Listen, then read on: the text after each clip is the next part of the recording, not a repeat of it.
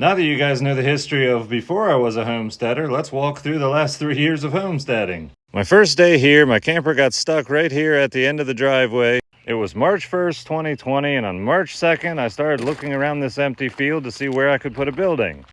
Okay, I'm trying to tell a story and these guys are just being adorable. In the first 8 days, a 20 by 40 storage building went up. I had already sold a bunch of stuff, but I kept a lot of things, so I went back to Pennsylvania and brought everything I owned to put in the building. Then I put up my first outhouse made of slab wood, and I put it way over there because I knew it was just going to be temporary and I didn't want it in this field.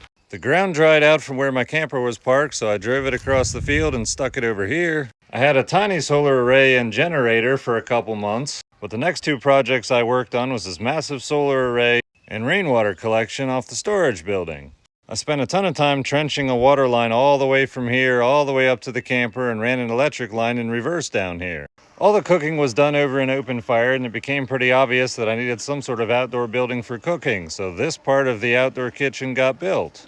By spring the next year, it became apparent the outdoor kitchen wasn't big enough, so I built this section on the back. I refurbished an old cook stove for this side of the kitchen. I'm leaving out tons of details for short form content. There's a longer remake of this video with all the details in it.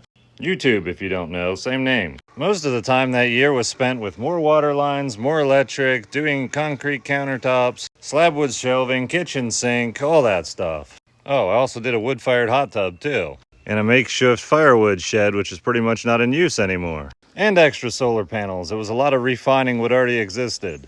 Now we're caught up to last spring and a duck coop went up. I played around on a mini excavator and made a little duck pond. Dug a hole for the new outhouse, which is 95% complete as of right now. More water lines and electric lines were buried. Electric fence was stuck around the garden as well as around the duck coop. Firewood shed went up. 3 years ago it was empty land in the middle of nowhere. And now it's a home with off-grid utilities. Somebody asked me what I'm going to do for the next couple years.